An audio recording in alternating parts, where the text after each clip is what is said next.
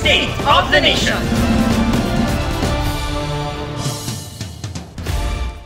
Hindi lang isa kundi 20 beses daw nanalo sa loob lang ng isang buwan ang isang lotto better ayon sa isang senador na si Senator Raffy Tulfo.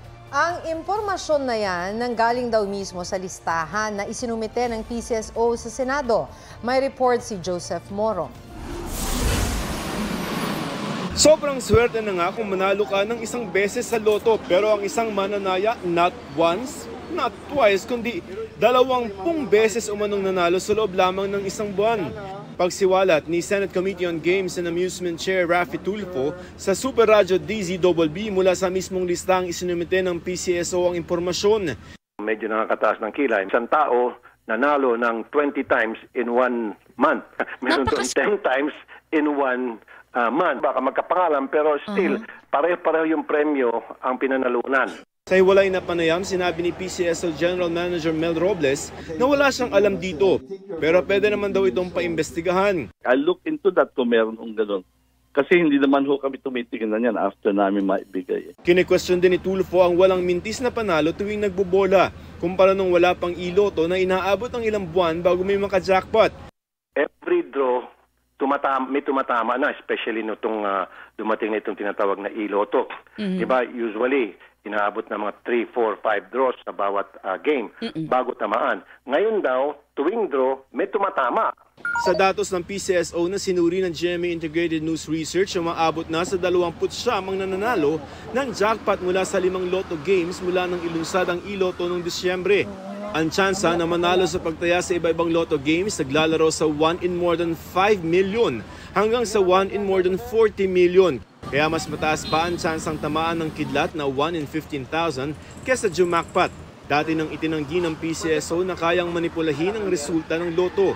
Sa Lunes, nakatakdang ituloy ng Senado ang investigasyon sa e-lotto system. Joseph Morong, nagbabalita para sa GMA Integrated News. Hindi muna aarestuhin ng Senado si Pastor Apollo Kibuloy kasunod ng pagpapakontempt sa kanya ng komite ni Senator Risa Ontiveros. Naglabas ng show cause order ang Senado kay Kibuloy para magpaliwanag kung bakit di siya dapat dakipin. May report si Mav Gonzalez. Sa inilabas na show cause order ni Senador Risa Ontiveros, binigyan si Pastor Apollo Kibuloy ng 2 araw para magpaliwanag kung bakit hindi siya dapat arestuhin. Hiniling ni Senate President Mig Zubiri ang show cause order dahil sa naging ruling ng Supreme Court sa contempt order noon ng Senado sa mga opisyal ng Pharmaly. Under the ruling of the Supreme Court, we must exhaust all legal avenues, in other words, due process. Pag nag-show cause order si Ma'am Risa at hindi pa rin satisfactory yung explanation, sagot, o tayo talaga pumunta dito, then it is ministerial on the part of the Senate to release the issue or the Pero hindi lang sa Senado. Maging sa Kamara, may contempt order na rin si Kibuloy. The chair in objection, the motion of the Honorable Paduano to ask the Sergeant of Arms directing the Sergeant of Arms to bring Pastor Kibuloy to the House premises is hereby approved.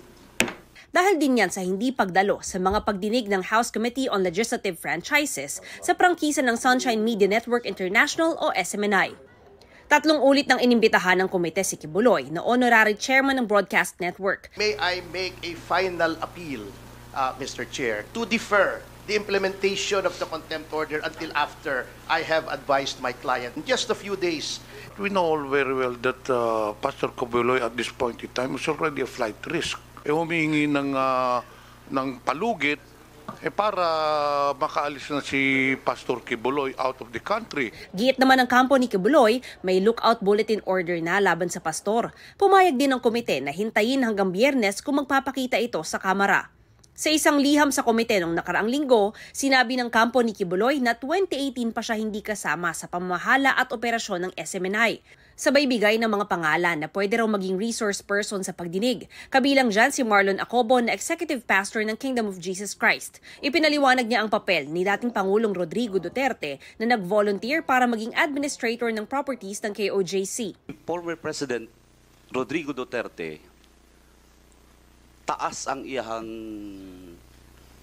eksperyensya, lawyer siya, labaw sa tanan, suod siya nga higala sa Kingdom Ministry. Si PRD, taas yung kanyang experience, abogado po siya, then malapit na kaibigan siya sa ministry. Lusot naman sa komite ang panukalang batas para bawiin ang prangkisa ng Suarasug Media Corporation na nag-ooperate sa SMNI. Nakitaan ng komite ang SMNI ng mga paglabag sa kanilang prangkisa, gaya na lang ng pagpapalit umano ng may-ari nito nang hindi pinapaalam sa Kongreso. Kailangan daw kami na mag-secure ng prior approval of Congress in case there is a transfer of the controlling interest. But what is controlling interest is 50% plus. What was transferred is only 46%. The congressmen, the members of this house, still has the chance to take a look into our position paper. Isasalang pa sa plenary debate ang committee report at dadaan pa sa Senado. Mav Gonzalez, nagbabalita para sa GMA Integrated News. Mag-ingat sa kiniklik niyong link sa social media. Babala ng PNP Anti-Cybercrime Group, posible kayong mabiktima ng hijack profile scam. Kapag klinik nyo ang link na ipinadala ng kawatan gaya ng alok na trabaho o premyo, posibleng ma-hijack o magagamit ang inyong account at gagamitin yan para manghingi ng pera o mangutang sa inyong mga kakilala. Akalain ng inyong mga kakilala, ikaw ang nangihingi o nangungutang. Halos 70 na raw ang biktima ng hijack profile scam nitong Pebrero. Mahigit triple ang itinaas nito mula Enero.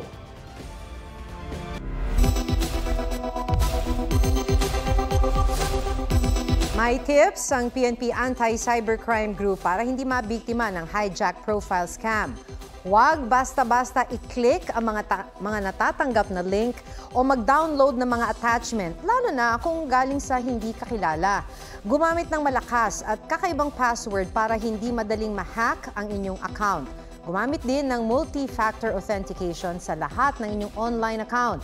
Kapag naka-enable ang multi-factor authentication, hihingan ka ng 3 o higit pang uri ng impormasyon gaya ng authentication code bilang patunay na ikaw ang nag-access ng inyong account bago maka-login.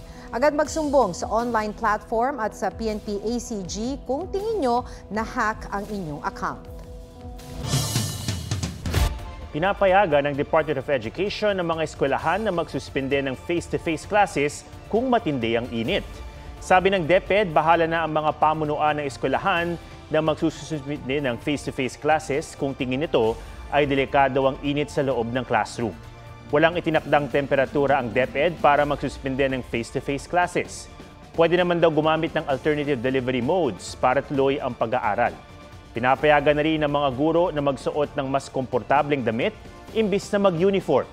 Babala ng Pag-asa, titindi pa ang init. Sa Metro Manila, hanggang Mayo, inaasahan ng average temperature na 37 to 38 degrees na may average heat index na 40 to 43 degrees. Umiwas daw sa araw mula 10 hanggang 3 p.m.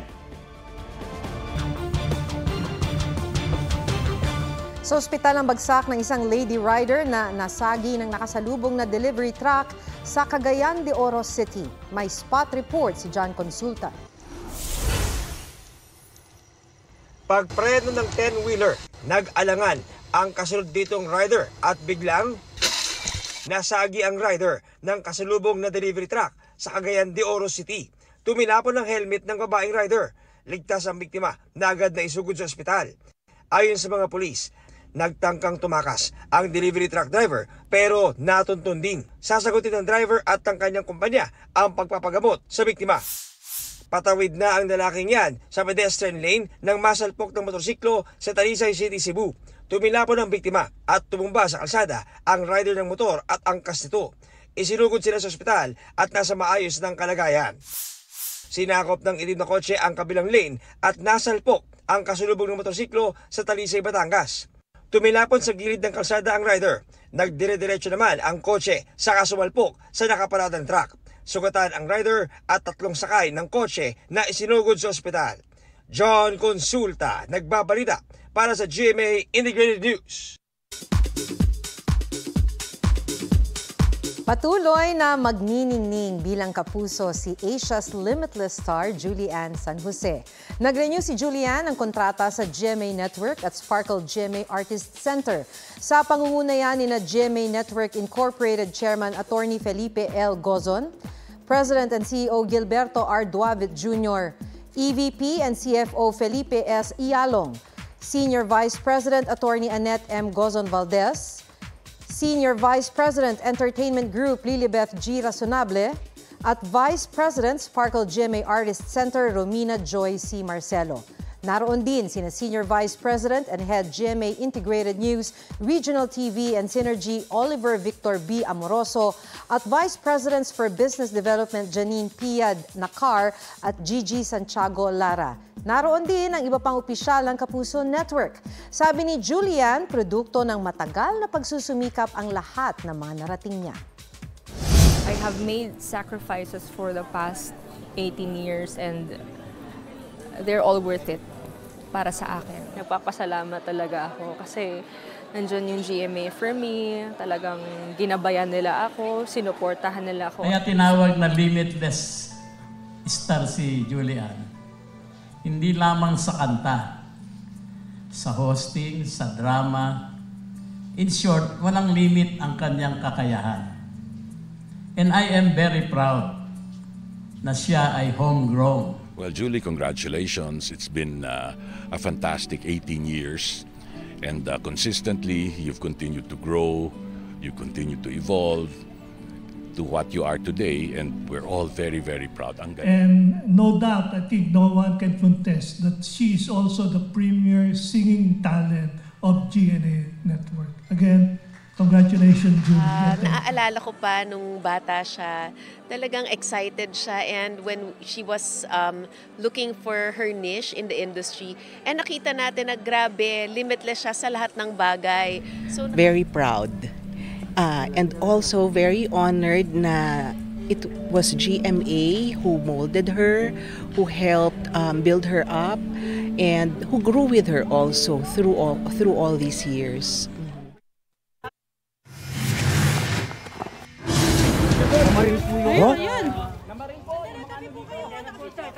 Nabalot ng tensyon ng demolisyon sa Barangay Anunas sa Angeles, Pampanga.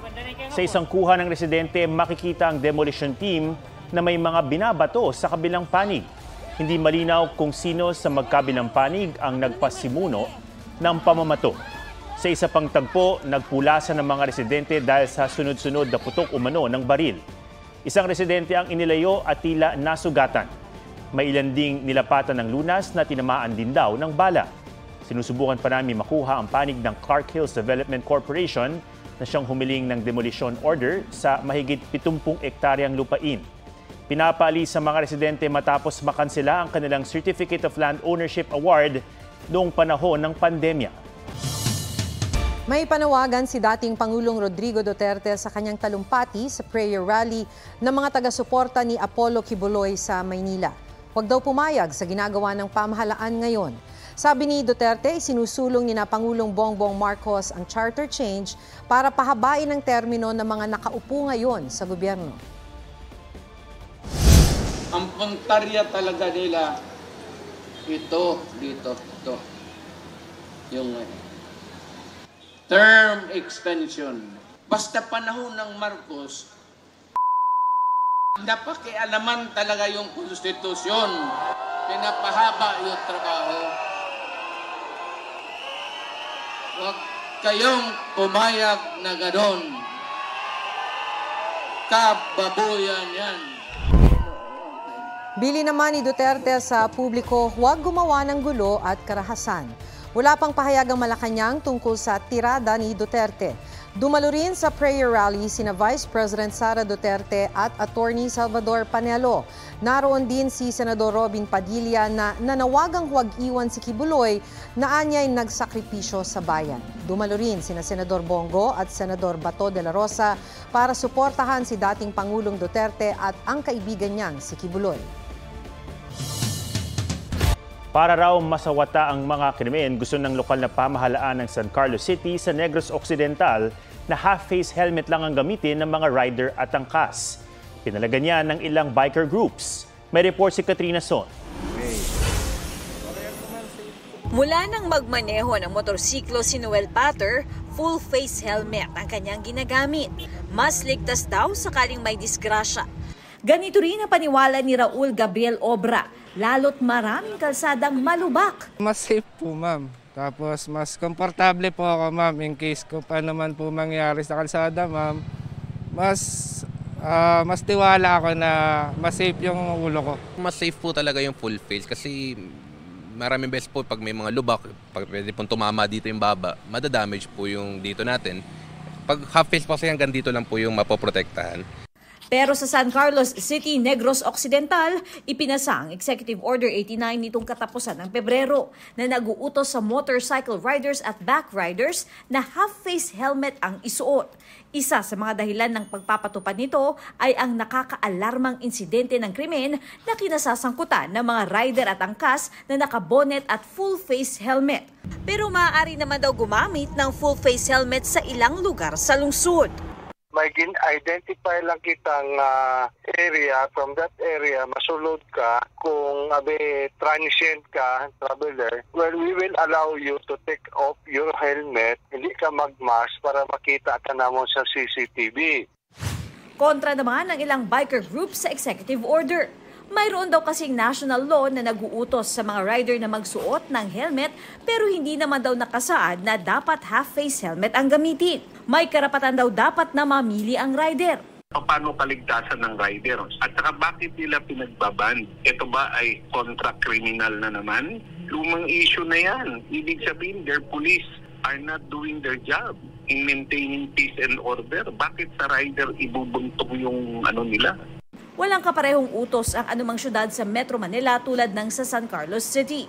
Pero ayon kay San Juan City Mayor Francis Zamora ng Metro Manila Council, isasangguni ko po ito sa mga miyembro ng Regional Peace and Order Council na kailangan pang ikonsulta sa ating mga miyembro na ating kapulisan ng mga local government units.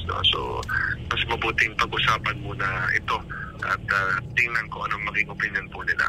Ang ilang mga motorista naman may solusyon na raw rito.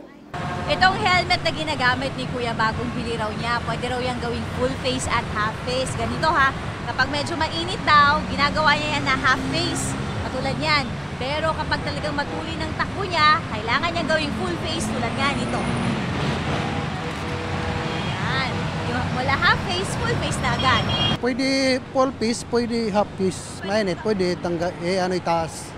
Katrina Son, nagbabalita para sa GMA Integrated News. 4 na Pinoy world-class designers ang magbibigay karangalan sa bansa sa kanilang pagsali sa Philippinext Fashion Show na gaganapin sa Amerika. Dadalhin nila ang Filipino style, culture at tradition from Manila to Manhattan. Bukod sa pagpapakilala sa mundo, nais din nilang magbigay inspirasyon sa iba pang local designers. Ang event ay selebrasyon din ng Pinoy style at culture.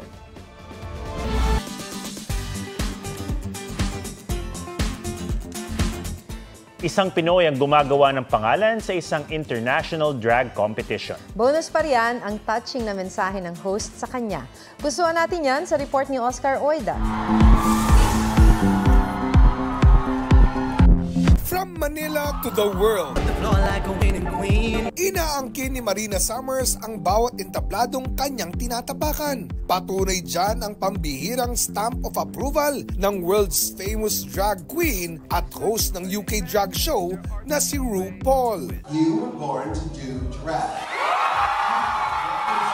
And the Philippines, a drag in such a way that it makes us all proud for you.